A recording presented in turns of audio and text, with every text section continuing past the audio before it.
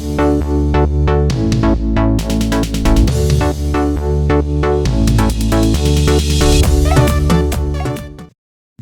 ભલાઈ. આજ રાત્રિએ હનુમંત ચોંડમાં હોવું મારા માટે એક મોટું સૌભાગ્ય છે. સૌપ્રથમ ઈશ્વર પિતાનો પુષ્કળ આભાર માનું છું, જેમણે આ એક તક અને સૌભાગ્ય મારા જીવનમાં આપ્યું.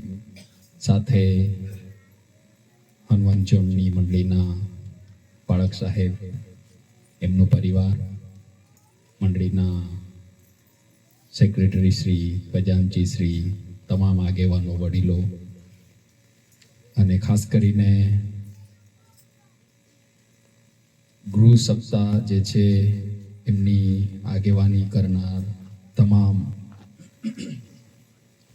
પ્રભુની સેવિકાઓ, બહેનો, જેઓએ આ એક આયોજન કરવાને માટે પગલું માંડ્યું, પ્રત્યેકને માટે ઈશ્વર પિતાનો હું આભાર માનું છું. અને આજ રાત્રિએ અલગ અલગ મંડળીમાંથી આ સ્થાનમાં ઉપસ્થિત રહેલા પ્રભુના આદરણીય સેવકો તેમજ ખ્રિસ્તમાં મારા પ્રિય ભાઈઓ, બહેનો, જુવાનો, નાના ભૂલકાઓ, પ્રત્યેકને આપણા તારનાર પ્રભુ ઈસુ ખ્રિસ્તના નામમાં મીઠી અને મધુર સલામ.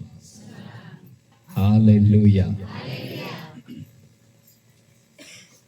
ગયા વર્ષે પણ આપની મધ્યમાં આવીને ઈશ્વરનું વચન લાવવાને માટે ઈશ્વરે કૃપા આપી.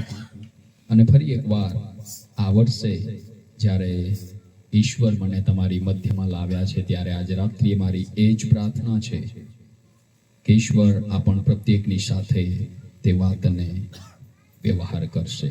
આજે રાત્રિ આપણે એ વિષય પર મનન કરવાના છીએ, ભલાઈ કરનારો પરિવાર. મારી પાછળ બધા જ મોટા અવાજે આ બાબતને અંગીકાર કરો. મારું પરિવાર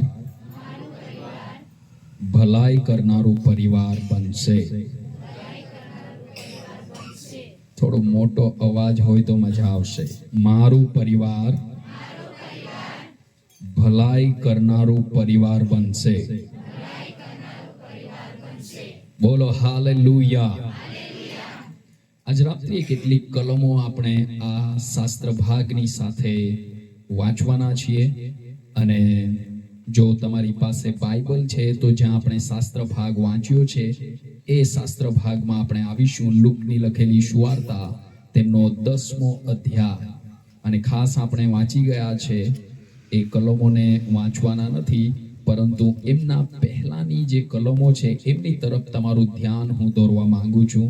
આપણે 31મી કલમથી લઈ તો 35મી કલમ સુધી વાંચ્યું છે, પરંતુ એમની પૃષ્ઠભૂમિ જે છે એ આપણને 25મી કલમમાં જોવા મળે છે. અને માટે આપણે બધા જ આપણા ધ્યાનને આ વચન તરફ આપણે લગાવીશું. લુકની લખેલી સુવાર્તા, તેમનો 10મો અધ્યાય, અને તેમની આપણે વાંચવાના છીએ 25મી કલમથી આગળ. હું મારા બાઇબલમાંથી વાંચું છું, તમારા બાઇબલમાં તમે ધ્યાન આપજો. અને આજ રાત્રિ આપણે ભલાઈ કરનાર કુટુંબ વિશે મનન કરવાના છીએ. 25મી કલમ એમ કહે છે, જુઓ, એક પંડિતે એટલે એક વિદ્વાન માણસ, એક જ્ઞાની વ્યક્તિએ ઊભા થઈને ઈસુનું પરીક્ષણ કરતા કહ્યું, ઉપદેશક, અનંત જીવનનો વારસો પામવા સારું મારે શું કરવું? અને માટે ઈસુ તેને પૂછે છે કે નિયમ શાસ્ત્રમાં શું લખેલું છે? તું શું વાંચે છે? જરા ઈકો ઓછું થઈ શકે, ઇફેક્ટ. Thank you Jesus. તેણે તેને પૂછ્યું કે નિયમ શાસ્ત્રમાં શું લખેલું છે? તું શું વાંચે છે? તેણે ઉત્તર આપ્યો કે તારા દેવ પ્રભુ પર તારા ખરા હૃદયથી તથા તારા ખરા જીવથી તથા તારા પૂરા સામર્થ્યથી તથા તારા ખરા મનથી પ્રેમ રાખવો, અને જેવો પોતા પર તેવો તારા પડોશી પર પ્રેમ રાખવો. તેણે તેને કહ્યું, એટલે કે ઈસુએ એ પંડિતને કહ્યું કે તે ઠીક ઉત્તર આપ્યો છે, એમ કર એટલે તું જીવશે. પણ તેણે પોતાને ન્યાયી ઠરાવવાની ઈચ્છા રાખીને, એટલે કોણે? પંડિતે ઈસુને કહ્યું, મારો પડોશી કોણ છે? ઈસુએ ઉત્તર આપ્યો, એક પુરુષ યરૂશાલેમથી યરીખો જતો હતો અને તે લૂંટારાના હાથમાં પડ્યો અને તેઓ તેના લુગડા ઉતારી લઈને તથા તેને મારીને તેને અધમુઓ મૂકીને ચાલ્યો ગયો. અને ત્યાર પછી આપણે જોઈ ગયા, એક યાજક ત્યાંથી પસાર થયો, તેણે જોયું અને તે પોતાના રસ્તે જતો રહ્યો. નંબર 2, એક લેવી પણ ત્યાંથી પસાર થાય છે, એમણે પણ જોયો, પણ એ લેવી પણ ત્યાંથી પસાર થઈ ગયો. ત્રીજો વ્યક્તિ આવે છે, સમરૂની, અને એ સમરૂની આ વ્યક્તિને જુએ છે અને પછી એમને મલમ કરે છે, એમને ઉતારામાં એટલે કે એક ધર્મશાળામાં એમને લઈ જાય છે અને ત્યાં એમની સારવારને માટે તેમને વિનંતી કરવામાં આવે છે. એટલું જ નહીં, પરંતુ ત્યાર પછી એમનો કંઈક જો ખર્ચ થાય એમના માટે એમણે પૈસા પણ ચૂકવ્યા. પાછું એમણે કહ્યું કે હજુ જો કંઈક વધારે ખર્ચ થશે તો મને જણાવજો, હું એ પણ આવીને આપીશ. આવી એક ઘટના અહીં આપણને જોવા મળે છે. ત્યાર પછી બાઇબલ એમ કહે છે, 36મી કલમ, હવે તું શું ધારે છે? ઈસુ સવાલ કરે છે કે તું શું ધારે છે, તું શું માને છે? લૂંટારાના હાથમાં પડેલા માણસોનો એટલે કે માણસનો પડોશી એ 3 માનો કોણ ઠર્યો? એટલે પંડિતે ઈસુને કહ્યું, જેણે તેના પર દયા કરી તે. ઈસુએ તેને કહ્યું કે તું જઈને એ પ્રમાણે કર. બીજી 1-2 કલમ આપણે વાંચવાના છે. જો તમારી પાસે બાઇબલ છે તો મારી સાથે તમે ખોલો. માથીની લખેલી સુવાર્તા, તેમનો 9મો અધ્યાય અને તેમની 36મી કલમ. માથી 9 અને તેની 36મી કલમ. અને લોકોને જોઈને તેને એટલે કે યેશુને તેઓ પર એ લોકો પર દયા આવી, કેમ કે તેઓ બાળક વગરના ઘેટાના જેવા હેરાન થયેલા તથા વેરાઈ ગયેલા હતા. બીજી 1 કલમને આપણે વાંચીશું. માથીની લખેલી સુવાર્તા, તેમનો 25મો અધ્યાય. માથી 25મો અધ્યાય અને તેમની 35મી કલમથી આપણે વાંચવાના છે. હું વાંચું છું મારા બાઇબલમાંથી, તમારા બાઇબલમાં તમે ધ્યાન આપજો. માથી 25 અને તેમની 35મી કલમથી. કેમ કે હું ભૂખ્યો હતો ત્યારે તમે મને ખવડાવ્યું, હું તરસ્યો હતો ત્યારે તમે મને પાણી પાયું, હું પારકો હતો ત્યારે તમે મને પરોણો રાખ્યો, હું નાગો હતો ત્યારે તમે મને વસ્ત્ર પહેરાવ્યા, હું માંદો હતો ત્યારે તમે મને જોવા આવ્યા, હું કેદમાં હતો ત્યારે તમે મારી ખબર લીધી. Thank you Jesus. ત્યારે ન્યાયીઓએ એટલે કે જે વ્યક્તિઓ, જે લોકો ત્યાં ઊભા હતા, ક્યાં 33મી કલમમાં આપણને 34મી કલમમાંથી આપણને જોવા મળશે. ત્યારે રાજા પોતાની જમણી તરફનાઓને કહેશે, મારા બાપના આશીર્વાદિતો, આવો, જે રાજ્ય જગતનો પાયો નાખ્યા અગાઉ તમારે સારું તૈયાર કરેલું છે તેનો વારસો લો. પ્રભુ યેશુ અહીં એક દ્રષ્ટાંત આપે છે અને હવે 37મી કલમ. ત્યારે આ ન્યાયી લોકો એ રાજાને એવો ઉત્તર આપે છે, પ્રભુ, ક્યારે અમે તને ભૂખ્યો દેખીને ખવડાવ્યું અથવા તરસ્યો દેખીને પાણી પાયું, અને ક્યારે અમે તને પારકો દેખીને પરણો રાખ્યો અથવા નાગો દેખીને વસ્ત્ર પહેરાવ્યા, અને ક્યારે અમે તને માંદો અથવા કેદમાં જોઈને તારી ખબર લીધી? ત્યારે રાજા તેઓને ઉત્તર દેશે, હું તમને ખચિત કહું છું કે આ મારા ભાઈઓમાંના બહુ નાનાઓમાંથી એકને તમે તે કર્યું, એટલે તે મને કર્યું, એટલે તે મને કર્યું. હાલેલુયા. હવે તમારા બાઇબલને તમે બંધ કરી દેશો તો પણ વાંધો નહીં. જો નોંધ કરતા હોય તો નોંધજો, બાકી બાઇબલ અત્યારે આપણે બીજી કલમો વાંચવાના નથી. આજ રાત્રે આપણે મનન કરી રહ્યા છે ભલાઈ કરનારો કુટુંબ. આજ રાત્રિએ ડાંગ જિલ્લાને માટે પ્રબોધવાણીના રૂપમાં હું ઘોષણા કરવા માંગુ છું. આ ડાંગ જિલ્લાઓમાંથી આ દિવસોમાં ભલાઈ કરનારા કુટુંબો ઊભા થશે. વિશ્વાસ કરનારાઓનું મોટું આમેન જોઈએ મને. કહો આમેન. મેં કહ્યું આ દિવસોમાં ડાંગ જિલ્લામાંથી ભલાઈ કરનારા કુટુંબો ઊભા થવાના છે. હું અને તમે આજ દિન સુધી કદાચ કોઈકની ભલાઈની અપેક્ષા રાખીને જીવન જીવી રહ્યા હોય કે મારી ભલાઈ કોણ કરે, મારા પરિવારની ભલાઈ કોણ કરે. પરંતુ આજ રાત્રિએ ડાંગ જિલ્લો મને સાંભળે, હવે આ તમારો અને મારો સમય છે. આપણે ફક્ત ભલાઈને પ્રાપ્ત કરનારા જ નહીં, પરંતુ આપણે બીજાઓને માટે ભલાઈ કરનારા લોકો બનવાના છે. હવે આ હાથો ફક્ત લેનારા જ નહીં, પરંતુ આ હાથો હવે આપનારા બનવાના છે.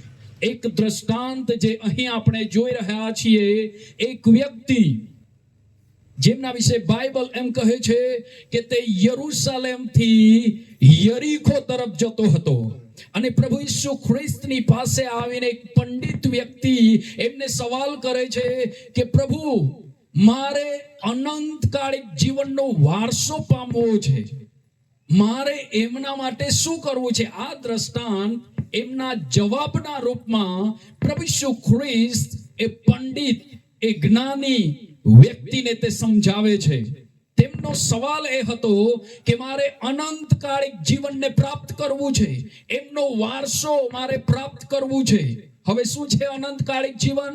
બાઇબલની ભાષામાં અનંતકાળિક જીવન એટલે આ પૃથ્વી પરના જીવન પછીનું જીવન, જેમને અનંતકાળિક જીવન કહેવાય છે. મારા પ્રિયો, આજે ઘણા બધા લોકો એવું માને છે કે આ પૃથ્વીના પટલ પર 70, 80 કે 100 વર્ષનું જીવન એ જ અમારું સર્વસ્વ જીવન છે, અને ત્યાર પછી માણસના જીવનનો અંત થાય છે, એવું કેટલાક લોકોનું માનવું છે.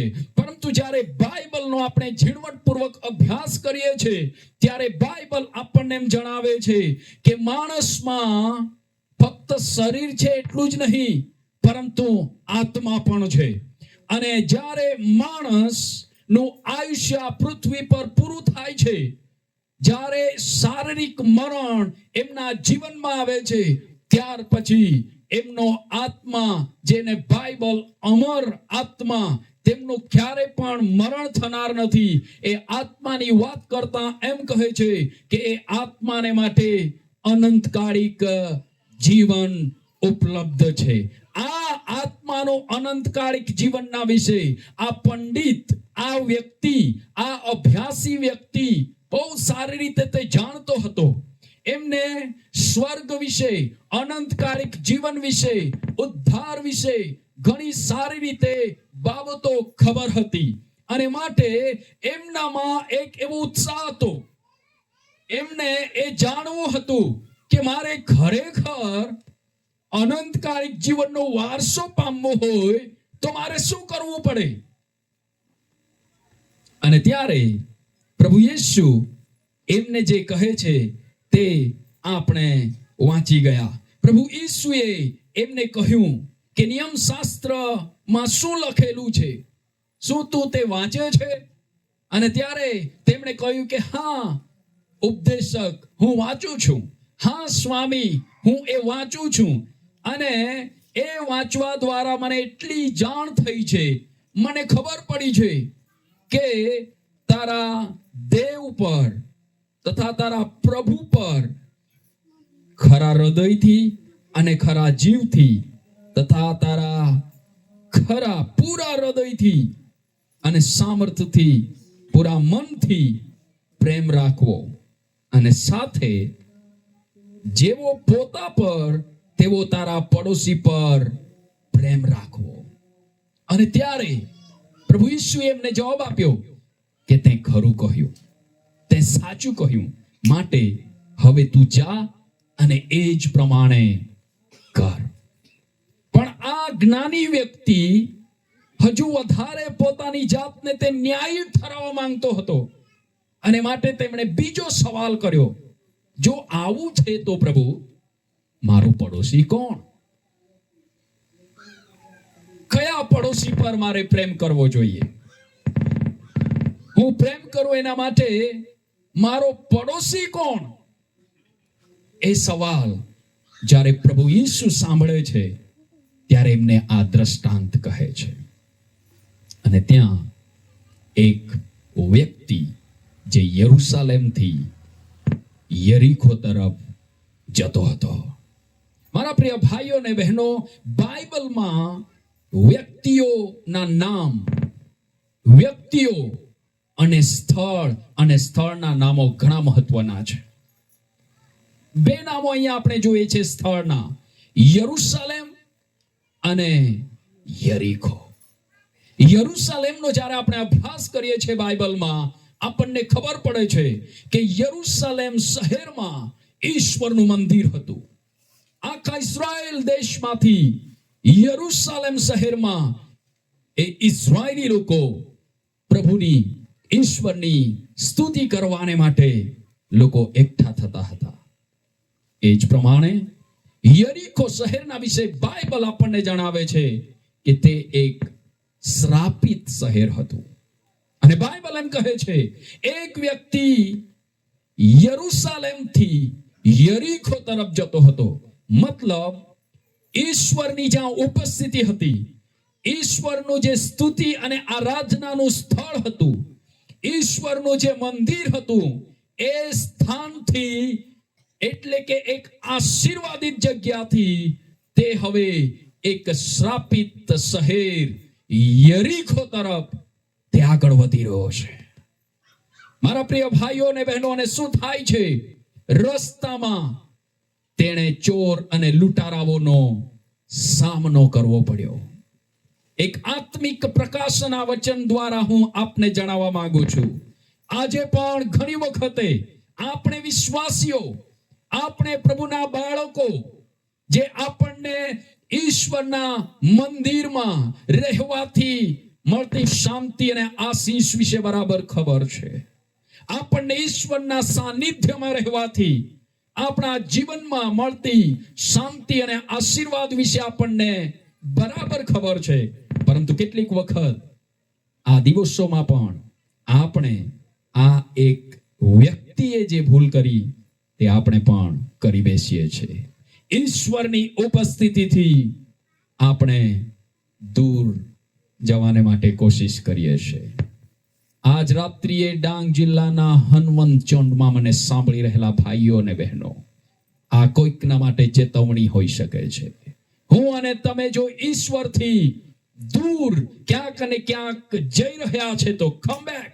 આજ રાત્રિએ પાછા ઈશ્વર તરફ આપણે ફરીએ. આપણું જીવન ઈશ્વરથી દૂર જઈને શ્રાપિત શહેર તરફ નહીં, પરંતુ શ્રાપિત જગ્યામાંથી ઈશ્વરની ઉપસ્થિતિમાં આવવું જોઈએ. જે કોઈ હાલેલુયા બોલો આ સ્થાનમાં, બોલો હાલેલુયા. મારા પ્રિય ભાઈઓ અને બહેનો, પ્રભુ મારા ને તમારા જીવનના વિશે એ જ અપેક્ષા રાખે છે. આજે પણ તે તમારા અને મારા જીવનને જ્યારે જુએ છે, જે કલમ આપણે વાંચ્યું કે જ્યારે પ્રભુ ઈસુ ખ્રિસ્ત આ બાઇબલનો પ્રભુ આ પૃથ્વીના પટલ પર મનુષ્ય રૂપને ધારણ કરીને તે આવ્યો અને જ્યારે તે ગામે ગામ ને શહેરે શહેર તે ગયો અને બાઇબલ એમ કે છે જ્યારે તેણે લોકોને બાળક વગરના લોકો તરીકે હેરાન થયેલા લોકો તરીકે જ્યારે તે જુએ છે ત્યારે તેમને તેઓના પર કરુણા આવી, દયા આવી. બધા બોલો, દયા આવી. હાલેલુયા. બાઇબલના પ્રભુની આ ખાસિયત છે. આજથી કેટલાક સમય પહેલા તેમણે તમારા અને મારા પર પણ દયા કરી. તેમણે તમારા અને મારા પર પણ કરુણા કરી અને એટલા માટે આજ રાત્રે આપણે આ સ્થાનમાં છીએ. તાળીઓ વાગવી જોઈએ તેથી પ્રભુના મહિમામાં. હું અને તમે આજ રાત્રિએ ફક્ત ને ફક્ત એ ઈશ્વરની દયાના કારણે, ઈશ્વરની કરુણાના કારણે આપણે આ સ્થાનમાં બેઠા છે. મારા પ્રિય, આજથી 2000 વર્ષ પૂર્વે જે પ્રભુ ઈસુ ખ્રિસ્ત આ પૃથ્વીના પટલ પર ચાલવા દ્વારા, લોકોની સાથે મળવા દ્વારા, લોકોની સ્થિતિ જોવા દ્વારા તે જે કરુણાથી ભરાઈ ગયો, એમ જે દયાથી ભરાઈ ગયો, એ પ્રભુ ઈસુ આજે પણ બદલાયા નથી. આજે પણ તમારા ને મારા જીવનને જ્યારે તે દુઃખમાં જુએ છે, પીડામાં જુએ છે, ત્યારે તે આજે પણ તમારા ને મારા પર તે દયા કરે છે. એ વ્યક્તિ પાસે આપણે આવીશું. પણ જ્યારે આ વ્યક્તિ ઘવાયેલા અવસ્થામાં રોડના કિનારે પડ્યો છે ત્યારે બે બહુ મહત્વના વ્યક્તિઓ ત્યાંથી પસાર થાય છે. એક છે યાજક. યાજક એટલે આત્મિક સેવા કરનાર, આજના જમાનાનો પાળક અથવા તો પાસ્ટર, અમારા જેવા રેવરન્ડ. અને જ્યારે એણે આ ઘવાયેલા વ્યક્તિને રસ્તાના કિનારે જોયો, બાઇબલ કહે છે તેણે જોઈને, બધા બોલો, જોયું. ફક્ત જોવાથી કામ થતું નથી. તેણે જોયું અને જોઈને તે જતો રહ્યો. આ મુદ્દામાં હું પાછો આવીશ. કોણ છે યાજક? તો કે આત્મિક સેવા કરનાર, ઈશ્વરના મંદિરમાં લોકોના વતી બલિદાન ચડાવનાર. આજના સમયમાં આપણે કહીએ તો પાળક કે રેવરન્ડ કે બિશપ, એ કેટેગરી, એ લેવલનો વ્યક્તિ. પણ તે જોઈને જતો રહ્યો. બીજો વ્યક્તિ આવે છે, એ પણ એવો જ એક મોટો વ્યક્તિ હતો જેમનું નામ છે લેવી. લેવી એટલે યાજક બલિદાન ચડાવે તો આ લેવી એ યાજકના એ બલિદાન ચડાવવાના કામમાં મદદ કરનાર. બીજું, આરાધના અને સ્તુતિમાં મદદ કરનાર એટલે લેવી. પ્રભુના મંદિરમાં સેવકાઈના ઉપયોગમાં આવનાર એટલે આ લેવી. એ હતા લેવી.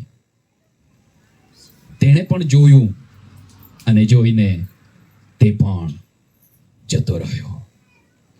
એવા સમયે ત્રીજો વ્યક્તિ ત્યાંથી પસાર થાય છે. પ્રભુ ઈસુ ખ્રિસ્ત કહે છે, અને એ હતો સમરોની. યોહાન 4 અધ્યાયમાં જ્યારે તમે વાંચશો તો તમને ખ્યાલ આવશે, પ્રભુ ઈસુ ખ્રિસ્તને એક વખતે સમરોનમાં થઈને જવાનું થયું. અને ત્યાં સ્પષ્ટ લખ્યું છે કે સમરૂની લોકો યહૂદીઓની સાથે કોઈ પણ પ્રકારનો વ્યવહાર રાખતા નહોતા. મતલબ યહૂદી અને સમરૂની બંને એકબીજાના દુશ્મન હતા. પણ આ સમરૂની જ્યારે એક યહૂદી વ્યક્તિને ઘવાયેલો રોડના કિનારે દુઃખમાં પડેલો જોયો, ત્યારે ફક્ત તેમણે જોયું એટલું જ નહીં, પરંતુ તે જઈને એમને ઉચકી લે છે. એમણે જોયું એટલે એમના હૃદયમાં કરુણા આવી, દયા આવી અને એમને ભલાઈ કરવાનું મન થયું. આજ રાત્રિએ ફક્ત આંખ જ આપણને કામ આવે એમ નથી. આપણી પાસે જેમ આ સમરૂની ના હૃદયમાં ભલાઈ અને કરુણા અને દયા કરવાની ભાવના જાગી, તેમ આપણું હૃદય આજ રાત્રિએ એ ભલાઈ કરનારું હૃદય બનવું જોઈએ. એટલું જ નહીં, પરંતુ જ્યારે આપણા હૃદયમાં દયા અને ભલાઈ ને કરુણા આવે, ત્યાર પછી આ હાથો તૈયાર થવા જોઈએ મદદ કરવાને માટે. ફરી એકવાર આજ રાત્રિએ હનુમંત ચોંડમાં મને સાંભળી રહેલા લોકોના દરેક પરિવારને માટે આજ રાત્રે ઈશ્વરના પ્રબોધક તરીકે આત્મિક મંડળમાં હું ઘોષણા કરવા માંગુ છું, આ વિસ્તારમાંથી આ દિવસોમાં ભલાઈ કરનારા લોકો ઊભા થવાના છે. વિશ્વાસ કરનારા લોકો કહે આમેન, હાલેલુયા. મારા પ્રિય ભાઈઓ ને બહેનો, ભલાઈ કરવાને માટે આપણી પાસે પદ હોવું જરૂરી નથી. આ બંને વ્યક્તિઓની પાસે ઊંચું પદ હતું. શું પદ? તો કે એક યાજક, એક લેવી. પણ આ સમરૂની વોઝ નો વન, તે કોઈ નહોતો. મારા ને તમારા જેવો એક સામાન્ય વ્યક્તિ. આજના સમયમાં કહીએ તો એક નવા વિશ્વાસમાં આવેલો વિશ્વાસી ભાઈ, એમની પહેચાન હતી, ઓળખાણ હતી. પરંતુ એ ઊંચા હોદ્દાવાળા વ્યક્તિઓની ઉપર તે પહોંચી ગયો. આજ રાત્રે આ કોઈકના માટે પ્રબોધવાણી છે. તમારો હોદ્દો કશો જ નહીં હોય. કદાચ તમારો હોદ્દો એકદમ નામનો નીચો હોય, પરંતુ તમારા હૃદયોમાં જો દયા અને કરુણા છે તો, અને તમારા હાથો એ ભલાઈનું કામ કરવાને માટે તૈયાર છે તો, તમે એ ઊંચા હોદ્દા વાળા વ્યક્તિ કરતા પણ ઊંચા હોદ્દા પર છો. તાળીઓ આપીએ પ્રભુના મહિમાને માટે. Glory to Jesus. Thank you Lord. લેવી એટલે જ્ઞાની વ્યક્તિ. મારા ને તમારા જીવનમાં હોદ્દો હોય, પરંતુ આ સમરૂની જેવું હૃદય ના હોય તો હોદ્દો કામનો નથી. મારીને તમારી પાસે યાજક અને લેવી જેવું જ્ઞાન હોય, પરંતુ આ સમરૂની જેવું હૃદય અને હાથ મદદરૂપ થવા માટેનું ના હોય તો એ કામનું નથી. ફરી એકવાર આપને હું કહેવા માંગુ છું, કદાચ વીતેલા દિવસોમાં આ કાર્યને માટે આપણું જીવન ઉપયોગી પાત્ર નહીં થયું હોય, પરંતુ આ દિવસોમાં આપણું જીવન, આપણો પરિવાર ભલાઈ કરનારો પરિવાર કે કુટુંબ બનવું જોઈએ. હવે મને આ ભલા સમરૂનીની વાત કરવા દો. તેમણે જોયું, તેમની આંખોએ જોયું. નંબર 2, તેમના હૃદયમાં કરુણા અને દયા આવી. અને નંબર 3, તેમના હાથ દ્વારા એમણે મલમપટ્ટી કરી. એમના ઘા ઉપર મલમપટ્ટી તેમણે લગાવી, એમને ઉઠાવી લીધો. અને જે શું કહે છે, પછી પોતાના જાનવર પર, આપણને ખબર નથી ગધેડું છે કે ઘોડો છે, પણ બાઇબલ એમ કે છે પોતાના જાનવર પર એમને બેસાડીને તે લઈ ગયો. એમને પોતે પોતાનો કમ્ફર્ટ, પોતાનો આરામદાયક સ્થાન અથવા તો પોતાનું વેહિકલ કે ગાડી આપણે કહીએ, એમના ઉપર એ ઘવાયેલા વ્યક્તિને બેસાડે છે અને પોતે ચાલતો ચાલતો એમને ધર્મશાળામાં તે લઈ જાય છે. મારા પ્રિય ભાઈઓ અને બહેનો, એવું જ કામ આજથી 2000 વર્ષ પૂર્વે પ્રભુ યેસુએ તમારા ને મારા માટે કર્યો. તમારા ને મારા માટે કર્યું. જેમ આ ભલો સમરોની ભલે એક યહૂદી વ્યક્તિને જુએ છે, અને તે સમયમાં તેઓ એકબીજાના દુશ્મન અને શત્રુ હતા, તેમ છતાં તે જોઈને કરુણાથી ભરાઈ ગયો અને તેમના માટે તેમણે મદદના હાથ લંબાવ્યા. મારા પ્રિય રોમનોને પત્ર તેમનો 5મો અધ્યાય આપ સર્વને માટે હું વાંચીશ. 5મો અધ્યાય અને 10મી કલમ એમ કહે છે, કેમ કે જ્યારે આપણે શત્રુ હતા, એટલે કે દુશ્મન હતા, ત્યારે જો દેવની સાથે તેના દીકરાના મરણ દ્વારા આપણો તેની સાથે મિલાપ થયો, તો મિલાપ થયા પછી આપણે તેના જીવનને લીધે બચીશું, તે કેટલું વિશેષ ખાતરીપૂર્વક છે. એમની પહેલાની કેટલીક કલમો તમે વાંચજો એટલે તમને ખ્યાલ આવશે કે જ્યારે આપણે ઈશ્વરની સામે ઈશ્વરના શત્રુ હતા ત્યારે શું થયું? તેમનો એકાકી જની દીકરો પ્રભુ ઈસુ ખ્રિસ્ત તમારા અને મારા માટે બલિદાન થયો. તેમણે પોતાનું મૂલ્યવાન લોહી વહેવડાવ્યું, તેમણે પોતાનો જીવ આપી દીધો, તે મરણ પામ્યો, તે બલિદાન થયો કે જેથી તમને અને મને જીવન મળે. બોલો હાલેલુયા. એવો આવો એ પ્રભુ ઈસુને માટે જોરદાર તાળીઓ આપીને એમને મહિમા આપીએ. ઓ જીસસ. હવે હું અને તમે એ ઈશ્વરની ભલાઈને ચાખી ચૂક્યા છે. ઈશ્વરની કરુણાને, દયાને આપણે પ્રાપ્ત કરી છે અને આજે આપણે ગર્વથી કહી શકીએ છીએ કે ઈશ્વરે મારા પર, મારા પરિવાર ઉપર તેમણે દયા કરી છે, તેમણે કરુણા કરી છે.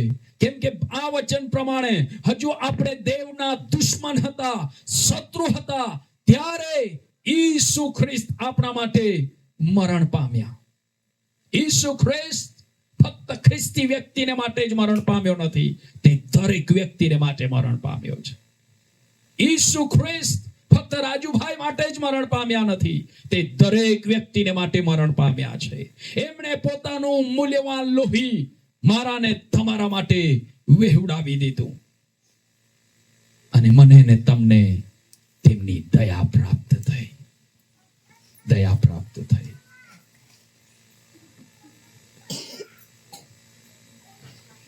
જ્યાં મારે ને તમારે મરવાનું હતું, જ્યાં મારે ને તમારે બલિદાન થવાનું હતું, ત્યાં એ પ્રભુ ઈસુ ખ્રિસ્ત બલિદાન થયા. એક પરિવારમાં 2 દીકરાઓ હતા. બંને દીકરાઓ સાથે જ મોટા થાય છે, બંને સ્કૂલમાં જાય છે. એમાંનો એક મોટો દીકરો ઘણો સારો અભ્યાસ કરે છે, આગળ વધે છે અને ઘણી સારી નોકરી પ્રાપ્ત કરે છે. પરંતુ એ નાનો ભાઈ ના સ્કૂલના દિવસોથી જ એમનું જીવન ખોટા મિત્રોની સંગતિમાં પડી જાય છે અને એમ કરીને એ જ સંગતિમાં એ પણ મોટો થાય છે. એક સમય એવો આવ્યો કે તે એટલી ખોટી સંગતિમાં એમના મિત્રોની સાથે પડી ગયો કે જે ગમે ત્યારે ચોરી, લૂંટફાટ, ખૂન કરવામાં હંમેશા કાર્યરત રહેતા. એક દિવસ એવી ઘટના બની, એક ઘરમાં આ નાનો ભાઈ ને એમના મિત્રો ચોરી કરવાને માટે જાય છે. એવા સમયે તે દિવસે અઘટિત ઘટના તેઓની સાથે બની. એ ઘરના વ્યક્તિઓ જાગી જાય છે અને ત્યાંથી તેઓ ભાગવા માટે કોશિશ કરે છે. એમના બધા મિત્રો ભાગી જાય છે, પરંતુ આ એક દીકરો એટલે કે નાનો ભાઈ એ પકડાઈ જાય છે. તેમણે બચવા માટે ત્યાંથી છટકી જવાને માટે ઘણી કોશિશ કરી. આખરે એમની પાસે જે તીક્ષ્ણ હથિયાર હતું એ એમણે કાઢ્યું અને ઘરના માલિકની ઉપર તેમણે હુમલો કર્યો અને એ ચાકુના એવા હુમલા એમના પર થયા કે એ વ્યક્તિ લોહીલુહાણ થઈ ગયો. આ નાના ભાઈના કપડાં પણ લોહીવાળા થઈ ગયા અને એમ કરીને ત્યાંથી તે ભાગી છૂટે છે. પેલા ઘરના માલિકના બીજા જે લોકો હતા તેઓએ પોલીસને ફોન કર્યો. પોલીસની ગાડી ત્યાં આવે છે અને આ નાનો ભાઈ ત્યાંથી ભાગે છે અને પોલીસે જોયું કે આ વ્યક્તિ ભાગી રહ્યો છે. એમની પાછળ જ તેઓ પણ ગાડીને ભગાવે છે. આ નાનો ભાઈ કોઈ પણ પ્રકારનો બીજો વિચાર કર્યા વગર સીધા એમના મોટા ભાઈના ઘરે પહોંચી જાય છે. પોલીસ એમની પાસે આવે તે પહેલા આખી ઘટના એમને વર્ણન કરે છે. અને આ મોટા ભાઈએ વિચાર કર્યો, મારે મારા નાના ભાઈને ગમે તેમ બચાવવો પડશે. અને એમણે શું કર્યું? તરત જ નાના ભાઈના જે કપડાં હતા લોહીવાળા એ એમણે કાઢીને પોતાના શરીર પર એમણે પહેરી લીધા અને બહાર ઊભો રાખી ગયો. પોલીસ પહોંચે છે. પોલીસને એમ લાગ્યું કે નક્કી આ જ વ્યક્તિ છે કે જેમણે ખૂન કર્યું છે. એમને પકડીને લઈ જવામાં આવે છે.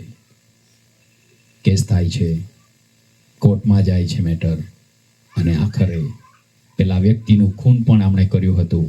એટલે હવે આ મોટા ભાઈને ફાંસીની સજા નક્કી કરવામાં આવે છે. એમને ફાંસીની સજા આપવામાં આવે તે પહેલા એમને પૂછવામાં આવ્યું કે તારી અંતિમ ઈચ્છા શી છે કે જે અમે પૂરી કરી શકીએ. અને તેમણે કહ્યું, મારો એક નાનો ભાઈ છે, એમને હું છેલ્લી વખત મળવા માંગુ છું. એ મારી ઈચ્છાને તમે પૂરી કરો. અને જ્યારે આવું કહેવામાં આવ્યું, એમના નાના ભાઈને ત્યાં બોલાવવામાં આવ્યો. અને મોટો ભાઈ કહે છે, હું ફાંસીના માંચડે ચડું, તમે મને ફાંસી આપો તે પહેલા છેલ્લી વખત મારા ભાઈને હું ગળે મળવા માંગુ છું. અને તે નાના ભાઈને ગળે મળવાને માટે એમની નજીક જાય છે. મોટો ભાઈ નાના ભાઈને ગળે મળે છે અને કહે છે, ભાઈ, આજે હું તારા માટે મરણ પામું છું, પણ હવે પછી તું આવું જીવન જીવીશ નહીં. આટલું કહીને આંખમાંથી આંસુઓ પાડીને એ નાના ભાઈની સામે જ મોટો ભાઈ ફાંસીના માંચડા પર બલિદાન થઈ ગયો. આવું જ કંઈક આજથી 2000 વર્ષ પૂર્વે તમારા અને મારા માટે પ્રભુ યેશુએ કર્યો. જ્યાં હું અને તમે શિક્ષા પામવાના હતા, જે મરણ તમને ને મને મળવાનું હતું, તે તેણે પોતા પર લઈ લીધું અને તે કાલ્વરીના વધસ્તંભ પર મરણ પામ્યા. આમાં છે કરુણા, આમાં છે દયા, આમાં છે પ્રેમ જે તમે અને મેં જાગ્યો છે. કેટલા લોકોને એવું લાગે છે કે એટલો બધો પ્રેમ અને દયા અને કરુણા મારા પ્રભુ યેશુએ મારા પર કરી છે, તો મારે એમને તાળીઓ આપીને ધન્યવાદ આપવો જોઈએ. ધન્યવાદ યેશુ, અમે તમારો આભાર માનીએ છીએ કે તમે અમને બચાવી લીધા. હવે જેમ આ ભલા સમરૂનીએ કર્યું, એક્ઝેક્ટલી એ જ પ્રમાણે પ્રભુ યેશુએ તમારા અને મારા માટે કર્યું. ત્યાં આપણે જોઈએ છે કે તેમણે તેલ માલિશ કર્યું. ઘણો ઊંડો અભ્યાસ છે, પણ એ બધા ઊંડાણમાં હું તમને લઈ જવા માંગતો નથી. પરંતુ એ તેલ એમને ઘાવને સાજા કરવાને માટે છે. ત્યાર પછી બીજો એક શબ્દ ત્યાં વાપરવામાં આવ્યો છે, એમના તરફ તમારું ધ્યાન હું દોરવા માંગુ છું. Glory to Jesus.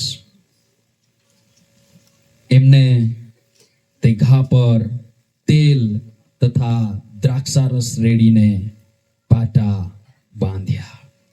દ્રાક્ષારસ એ પાપોથી શુદ્ધિકરણનો અર્થ દર્શાવે છે બાઇબલમાં. તેલ એ સાજાપણાનું પ્રતીક છે. મારા અને તમારા માટે જેમ આપણે પ્રભુ ભોજમાં દ્રાક્ષારસ લઈએ છીએ, જે પ્રભુ ઈસુ ખ્રિસ્તના લોહીને દર્શાવે છે. પ્રભુ ઈસુનું લોહી આપણને માફી આપવાને માટે વહેવડાવવામાં આવ્યું. આજે પણ ઈસુનું લોહી આપણને પાપોથી ધોઈને શુદ્ધ અને પવિત્ર કરે છે.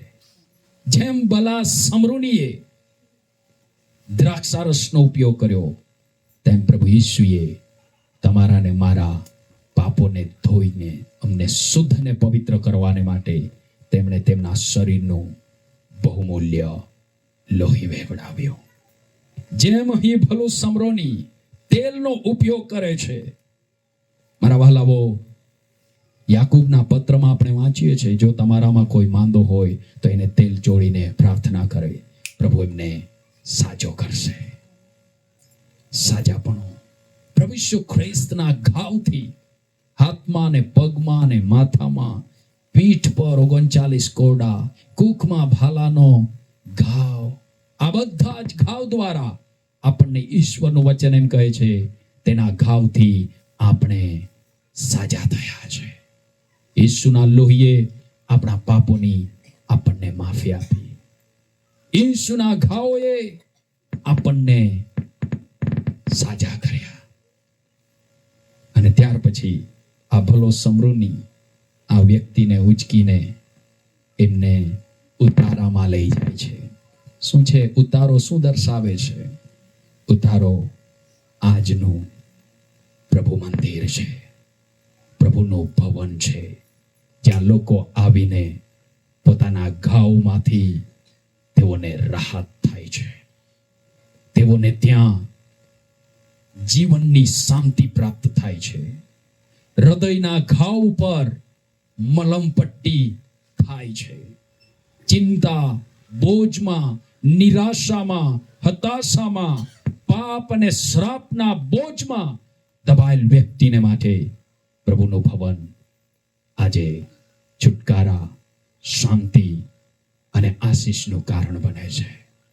આજ રાત્રિએ મને તમને કહેવા દો, પ્રભુએ મને ને તમને તેમની મંડળીમાં તેમણે જોડ્યા છે. એટલું જ નહીં, પરંતુ તેમણે મારા ને તમારા માટે કિંમત ચૂકવી છે. હાલેલુયા. શું છે એ કિંમત? તેમણે કિંમત એવી ચૂકવી. આ ભલા સમૃદ્ધિ માટે ફક્ત અહીંયા 2 દિનારની વાત કરવામાં આવી છે, પરંતુ પ્રભુ ઈસુએ તેમના બહુમૂલ્ય લોહીની કિંમત ચૂકવી છે. તેમણે પોતાનો જીવ આપ્યો છે આપણને બચાવવાને માટે. જેમ એક મોટા ભાઈએ નાના ભાઈને બચાવવાને માટે પોતાનો જીવ આપી દીધો. એટલી બધી કરુણા, એટલો બધો પ્રેમ, એટલી બધી ભલાઈ આપણને પ્રાપ્ત થઈ છે. કેટલું સારું લાગે છે ને આપણને સાંભળવાનું. પણ આજ રાત્રિએ આપના માટે હું એક પડકારને લઈને આવ્યો છું. આટલી મોટી ભલાઈ આપણને પ્રાપ્ત થઈ છે, તો હવે આ તમારો ને મારો સમય છે. પ્રભુ યેશુ આ જગતમાં હતા ત્યારે તેમણે પ્રાયોગિક રીતે બધું કરીને આપણને બતાવ્યું કે જેથી તમે અને હું આ દિવસોમાં કરીએ. પ્રભુની ભલાઈ ને કરુણા ને દયા ને પ્રેમ બધું પ્રાપ્ત થયું. એટલા માટે આપણે પ્રભુનો આભાર માનીએ, એમને ધન્યવાદ આપીએ. એ બહુ આસાન છે. એમને તાળીઓ આપીને ધન્યવાદ આપીએ એ બહુ આસાન છે. પરંતુ આજ રાત્રિએ એમનાથી એક સ્ટેપ, એક સ્તર આગળ આપણે હું લઈ જવા માંગુ છું. શું છે? આપણે પોતે પણ ભલાઈ કરનારા બનવાના છે. આજ રાત્રિએ મને સાંભળી રહેલા દરેક વ્યક્તિને માટે હું આ એક પડકાર આપવા માંગુ છું કે આપણે આ દિવસોમાં ફક્ત ભલાઈને પ્રાપ્ત કરેલા લોકો તરીકે જ નહીં, પરંતુ ભલાઈ કરનારા લોકો તરીકે આપણે ઉઠવાનું છે. આપણો પરિવાર ફક્ત ઈશ્વરની ભલાઈને પ્રાપ્ત કરનારું પરિવાર હોય એટલું જ નહીં, પરંતુ આપણો પરિવાર અને આપણું કુટુંબ ભલાઈ કરનારું પરિવાર હોવું જોઈએ. હાલેલુયા. એક ભલાઈ કરનારું પરિવાર તરીકે આપણે આ દિવસોમાં ઉઠવાનું છે. Thank you Jesus. પ્રભુ ઈસુએ બીજું દ્રષ્ટાંત જે કહ્યું આપણે વાંચી ગયા કે જ્યારે હું ભૂખ્યો હતો અને તમે મને ખવડાવ્યું, હું તરસ્યો હતો અને તમે મને પાણી પાયું, મારી પાસે કપડાં નહોતા અને તમે મને કપડાં પહેરાવ્યા, હું જેલમાં હતો, કેદમાં હતો અને તમે મારી મુલાકાત કરી, હું પારકો હતો પરંતુ તમે મને પરણો રાખ્યો.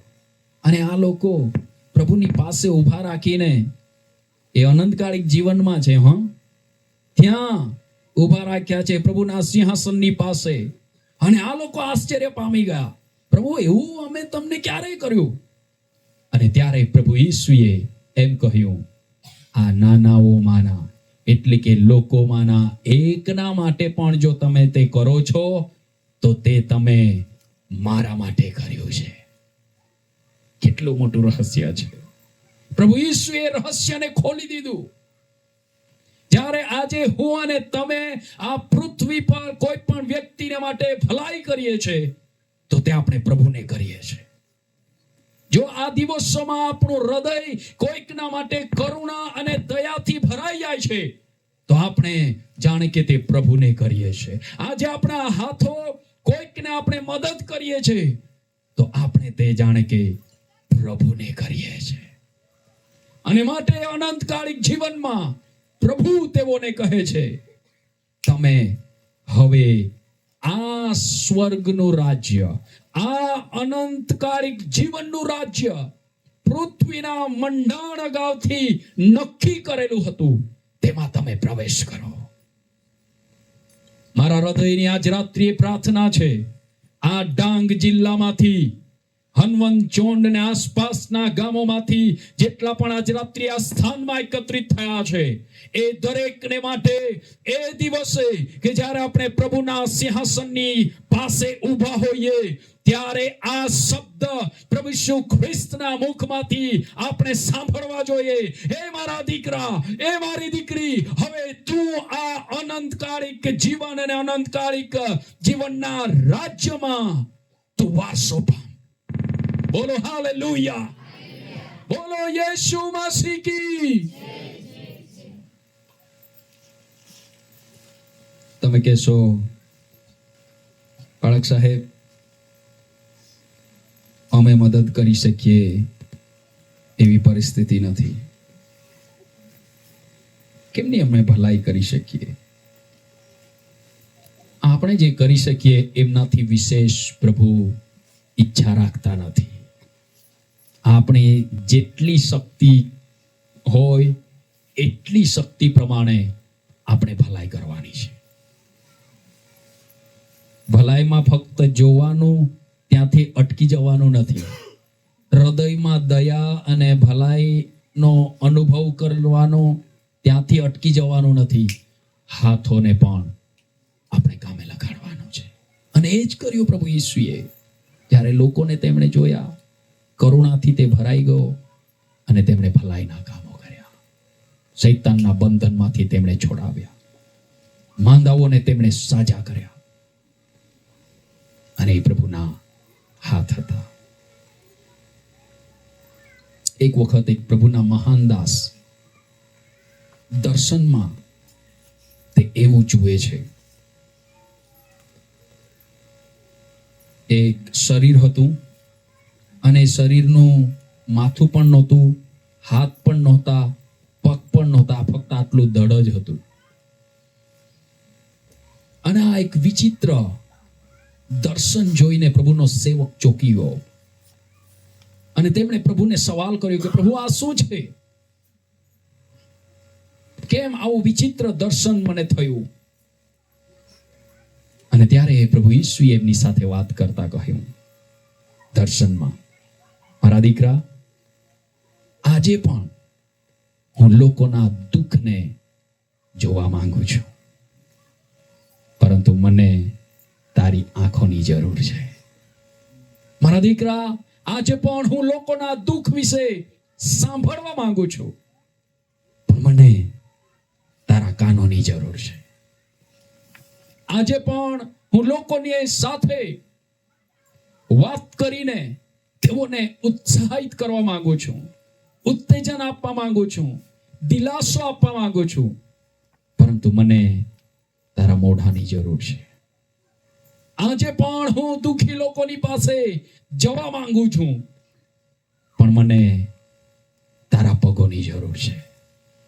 આજે પણ હું લોકોને મારો હાથ લંબાવીને મદદ કરવા માંગુ છું, પરંતુ જેમ તું હાથ વગરનું ધડ જોઈ રહ્યો છે તેમ હું જાણે કે હાથ વગરનો વ્યક્તિ છું. મને તારા હાથોની જરૂર છે. આજ રાત્રિએ મને સાંભળી રહેલાઓના દરેકના માટે હું પ્રબોધવાણી કરવા માંગુ છું તમારી આંખો પ્રભુ ઉપયોગ કરશે, તમારા મોઢાને પ્રભુ ઉપયોગ કરશે. આ દિવસોમાં તમારા હાથોને પ્રભુ ઉપયોગ કરશે. આ દિવસોમાં તમારા પગોને પ્રભુ ઉપયોગ કરશે. અને ડાંગ જિલ્લામાં લોકો ઈશ્વરની ભલાઈનો અનુભવ કરશે. જોરદાર તાળી આપીને પ્રભુને મહિમા આપીએ. Glory to Jesus.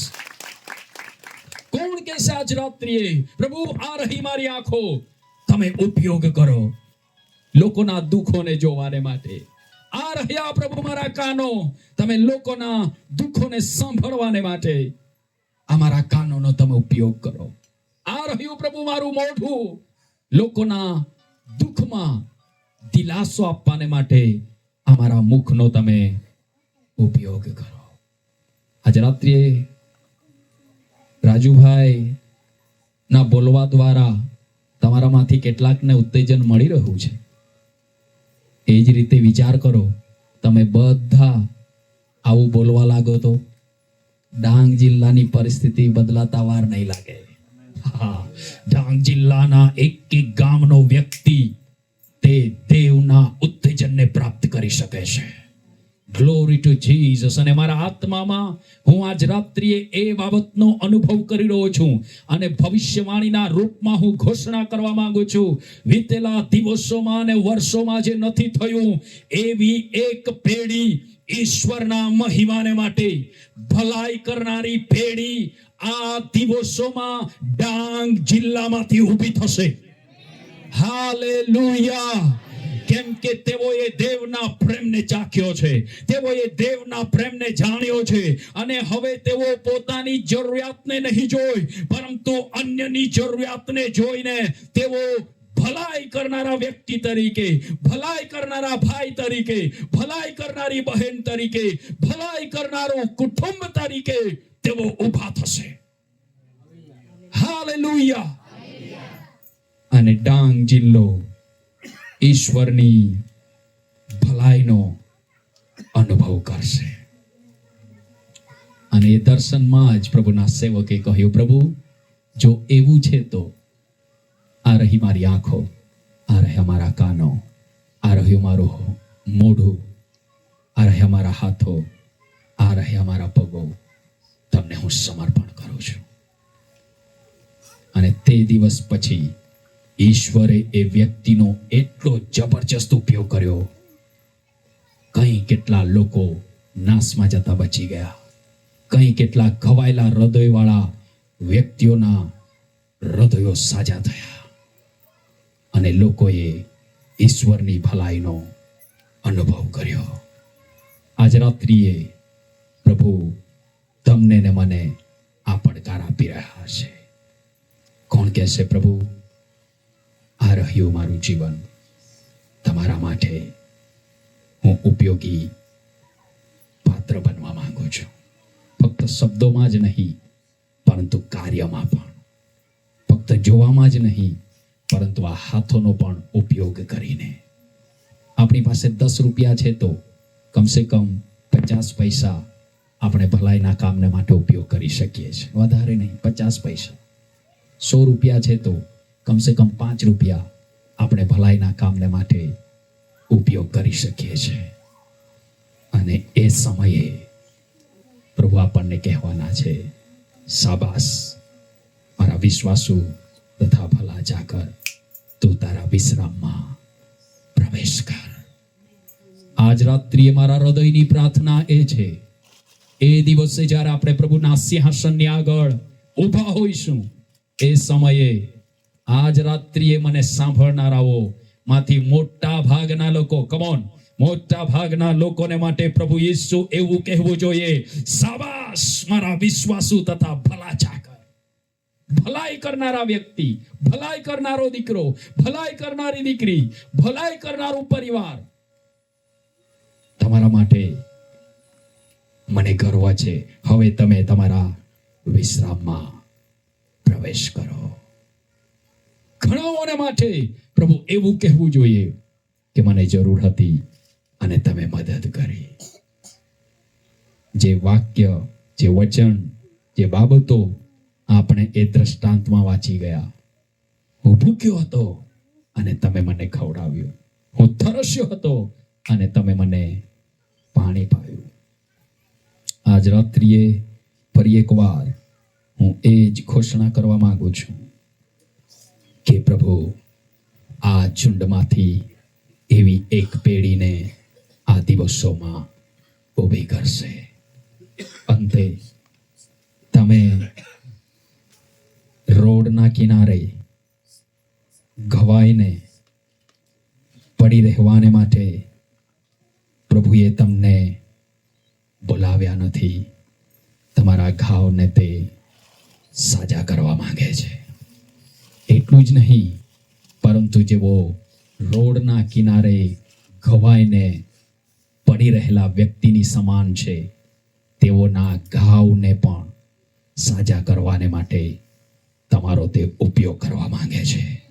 આજ રાત્રિએ કોણ કહેશે, here I M, O lord, પ્રભુ હું આ રહ્યો, પ્રભુ હું આ રહી, મને ભલાઈ કરનાર વ્યક્તિ બનાવો, મને ભલાઈ કરનારી વ્યક્તિ તમે બનાવો. આજ રાત્રિએ આ વચન પ્રમાણે જેમ પ્રભુએ આપણને પાપોથી શુદ્ધ કર્યા, તેમ અન્યને આપણે પાપોથી શુદ્ધ કરનારા બનવાનું છે. જેમ પ્રભુએ આપણા ઘાવ સાજા કર્યા, તેમ આપણે બીજાઓના ઘાવને સાજા કરવાના છે. જેમ પ્રભુએ આપણા માટે ભલાઈ કરી, તેમ આપણે બીજાઓના માટે ભલાઈ કરવાની છે. કોણ કહેશે, પ્રભુ આ રહ્યું મારું જીવન, તમારા હાથોમાં જ રાત્રિએ હું સમર્પિત કરું છું. મારા આત્મામાં મને સ્પષ્ટ અનુભવ થઈ રહ્યો છે, આજ રાત્રિએ ઘણા બધા લોકો તમારા જીવનોને સમર્પણ કરવાના છે.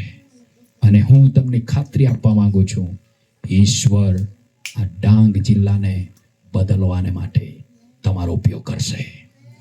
ફરી એકવાર મોટા અવાજની સાથે હું ઘોષણા કરવા માંગુ છું, ડાંગ જિલ્લામાં એક નવા બદલાણને લાવવાને માટે ઈશ્વર તમારો ઉપયોગ કરવાનો છે. જો તમે તૈયાર છો તો તમારા સ્થાનમાં તમે ઊભા થઈ શકો છો અને પ્રભુની આગળ આપણે આપણા જીવનોને સમર્પણ કરીએ. આવો દરેક જણ આપણા સ્થાનમાં આપણે ઊભા થઈ જઈએ અને પ્રભુને કહીએ, પ્રભુ આ રહ્યું મારું જીવન. Glory to Jesus, glory to Jesus, hallelujah. પ્રભુને એવી પ્રાર્થના કરીએ, પ્રભુ લોકોના દુઃખને જોઈને જેમ તમે કરુણાથી ભરાઈ ગયા, દરેક જણ આપણી આંખોને બંધ કરીએ, પ્રભુ તરફ આપણા ધ્યાનને આપણે લગાવીએ. પ્રભુ યેશુ, તમે એ ભલા સમૃદ્ધિની માફક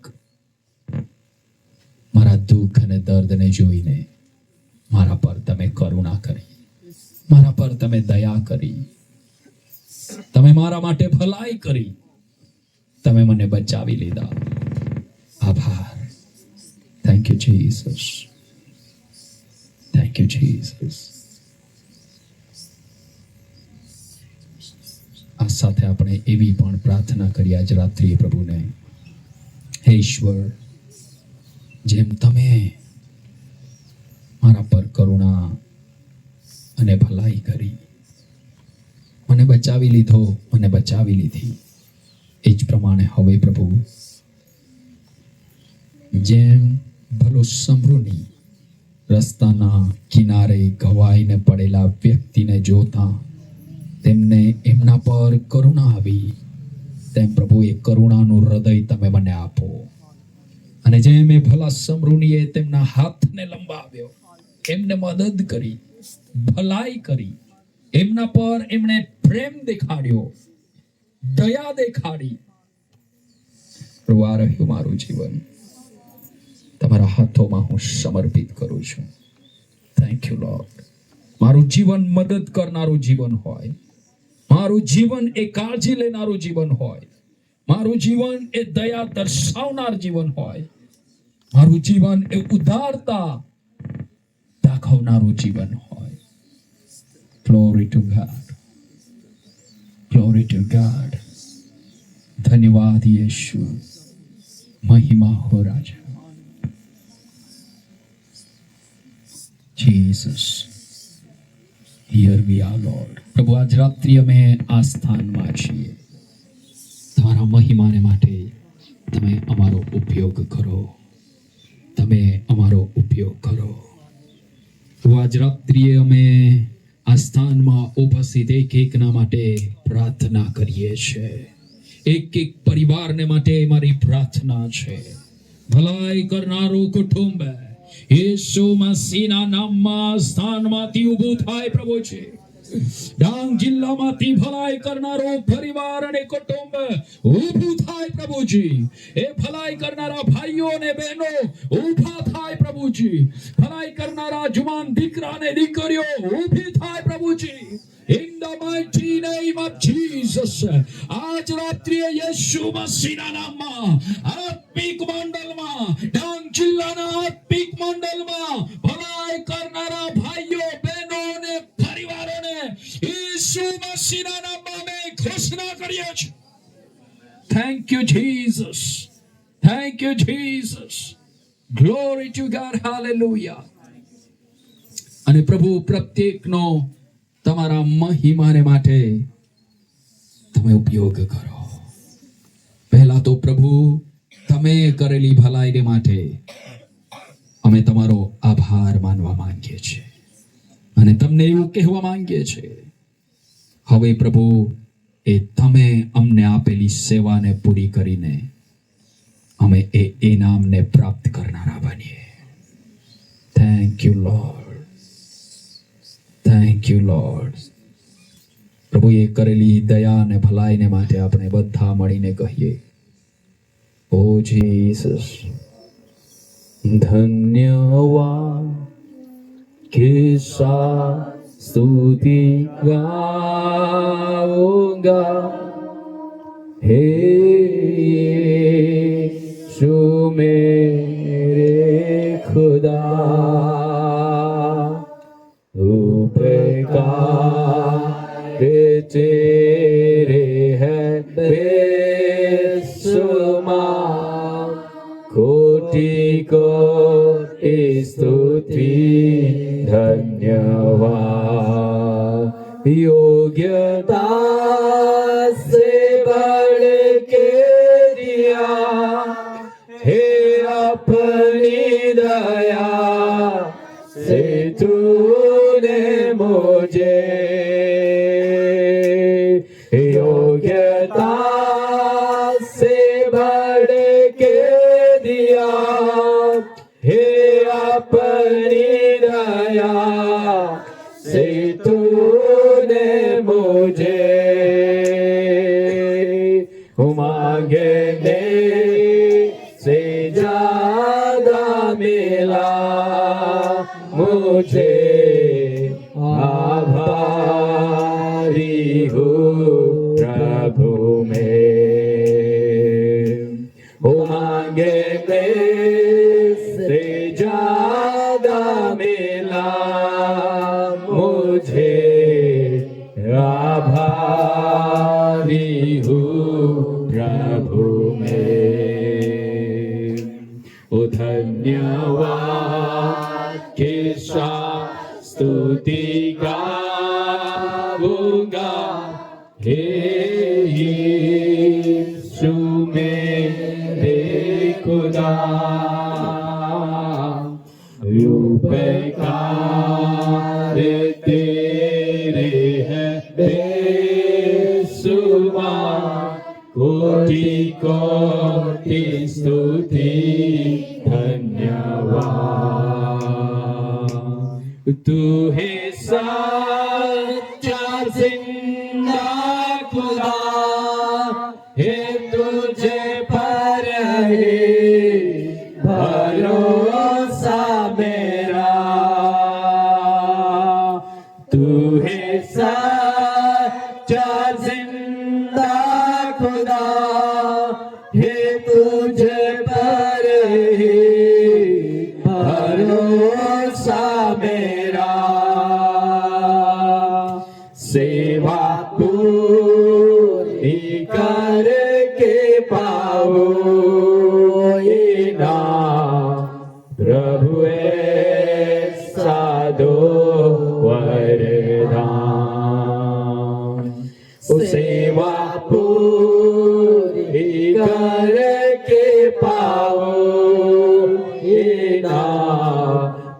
પ્રભુએ સાધો વરદાન.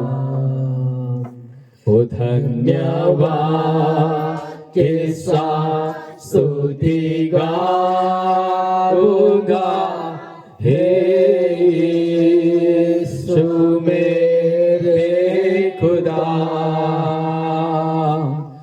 उपकार तेरे है बेशुमार. कोटि कोटि स्तुति धन्यवाद. कोटि कोटि स्तुति ધન્યવાદ. Thank you lord.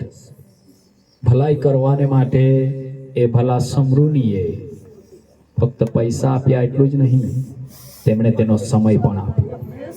તેમની પાસે જે વસ્તુ હતી, જે જાનવર હતું, એ તેમણે આપ્યું. હાલેલુયા. તેમણે તેનો સમય આપ્યો. તેમણે તેમની પાસે જે વસ્તુ હતી એ આપી. હાલેલુયા. આજ રાત્રિએ આપણે અલગ અલગ રીતે ભલાઈના કામમાં ઉપયોગી પાત્ર બની શકીએ છીએ. આપણે આપણો સમય આપી શકીએ છીએ. આપણી પાસે જે વસ્તુ છે એમનો આપણે ઉપયોગ કરી શકીએ છીએ. આપણી પાસે જ્ઞાન હોય તો એમનો આપણે ઉપયોગ કરી શકીએ છીએ. આપણી પાસે ઓળખાણ હોય એમનો આપણે ઉપયોગ કરીને કોઈકની ભલાઈ કરી શકીએ છીએ. જો આપણે આર્થિક રીતે કરી શકતા હોય તો એ આપણે કરી શકીએ છીએ. પરંતુ આ સમયમાં આપણે ભલાઈ કરનારો કુટુંબ બનવાનું છે. Thank you Jesus. હાલેલુયા. મહિમા હો રાજા. ધન્યવાદ પરમેશ્વર. આજ રાત્રિએ અમે તમારા હાથોમાં સમર્પિત થઈએ છીએ. અહીં આ સ્થાનમાં ઉપસ્થિત એક એકના માટે મારી પ્રાર્થના છે. ઓ પ્રભુ, એ ભલા સમૃદ્ધિની માફક પ્રભુ તેઓ એક ભલાઈ કરનારો કુટુંબ બને. ભલાઈ કરનારા તેઓ ભાઈ અને બહેન બને. ભલાઈ કરનારા તેઓ જુવાન દીકરા અને દીકરીઓ બને. અને એમ કરીને દેવ તમારો મોટો મહિમા થાય. ધન્યવાદ પ્રભુ. ધન્યવાદ પ્રભુ. ધન્યવાદ પ્રભુ. ઘણા લોકો એવું કહે છે આપણે ખાલી આવ્યા છીએ અને ખાલી પાછા જવાના છે. પણ હું હંમેશા એમ કહું છું, આપણે ખાલી આવ્યા છીએ પરંતુ કંઈક કમાવીને જઈ શકીએ છીએ. ઓ જીસસ. હાલેલુયા. કેમ કે જ્યારે આપણે પ્રભુના મહિમાને માટે અહીં કંઈક ભલાઈ કરીશું, ત્યાં પ્રભુ આપણને બદલો આપવાનો છે. ત્યાં પ્રભુ આપણને ઇનામ આપવાના છે. ત્યાં પ્રભુ આપણને મુગટ આપવાના છે. આ સત્ય છે અને એમને કોઈ નકારી શકતું નથી. Glory to Jesus. હાલેલુયા. ધન્યવાદ પ્રભુ. ધન્યવાદ પ્રભુ. હવે આપણે ભલાઈને લેનારા નહીં પરંતુ ભલાઈને કરનારા વ્યક્તિ બનવાના છે. આજ રાત્રે કોઈકના જીવનનું સ્તર બદલાઈ રહ્યું છે. હાલેલુયા. આજ દિન સુધી કદાચ લોકોએ આપણને એમ કહ્યું હોય, ઓ તમે ભલાઈ અને ફાયદાને મેળવનારા લોકો છો, પરંતુ નહીં. આજ રાત્રે આપણું સ્તર બદલાઈ રહ્યું છે. હવે આપણે ભલાઈ કરનારા લોકો છીએ. આપણે મદદ કરીશું. આપણે અન્યને માટે ભલાઈ કરીશું. Thank you Jesus. Thank you Jesus. એ આશીર્વાદને આજ રાત્રિએ આ સ્થાનમાં ઉપસ્થિત પ્રત્યેક ભાઈ અને બહેનને માટે, પ્રત્યેક પરિવારને માટે ઈસુ મસીહના નામમાં હું ઘોષણા કરું છું. Thank you Lord for doing it O God. પ્રભુ તમે એવું કર્યું છે એમના માટે અમે તમારો પુષ્કળ પુષ્કળ આભાર માનીએ છીએ. ડાંગ જિલ્લાની પરિસ્થિતિ એવી ને એવી રહેવાની નથી. એ બદલાવાની છે. બદલાવાની છે. Thank you lord. આવનાર દિવસોમાં ડાંગ જિલ્લાને જોઈને લોકો આશ્ચર્ય પામવાના છે. ઓ તેઓ કહેવાના છે કેમનું હતું અને કેમનું થઈ ગયું. Thank you lord. હાલેલુયા. એટલા માટે થયું કેમ કે લોકો હવે ભલાઈ કરવા લાગ્યા છે. એટલા માટે થયું કે તેઓ દેવના હાથોમાં ઉપયોગી પાત્ર બનવા લાગ્યા છે. Thank you Jesus. હાલેલુયા. મહિમા હો રાજા. એવા ભલાઈ કરનારા ઝુંડની એક પેઢી ઓ ડાંગ જિલ્લામાં ઊભી થવાની છે. Thank you Jesus. ધન્યવાદ પ્રભુ. તમે એવું કર્યું છે માટે આભાર.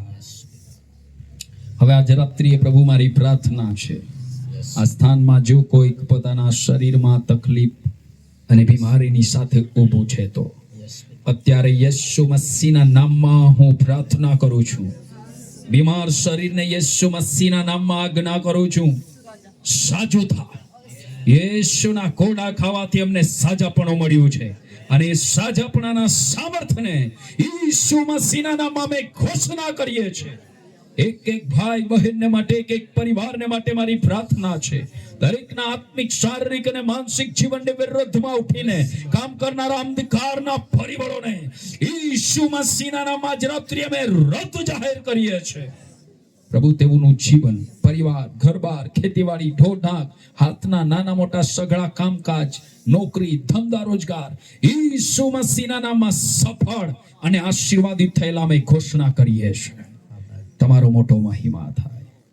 તમે એવું કર્યું માટે આભાર. સર્વ આદર, માન અને મહિમા પ્રભુ અમે તમને આપીએ છીએ. આજ રાત્રિએ તમારા વચનો દ્વારા તમે અમારી સાથે બોલ્યા માટે આભાર. हम प्रत्येक फरी एक बार તમારા હાથોમાં સમર્પિત થતા પ્રાર્થના ઉદ્ધારક પ્રભુ યેશુના નામમાં માંગીએ છીએ અને બધા મળીને કહીએ amen, amen, amen. Thank you very much. પ્રભુ આપ સર્વને આશીષ આપે.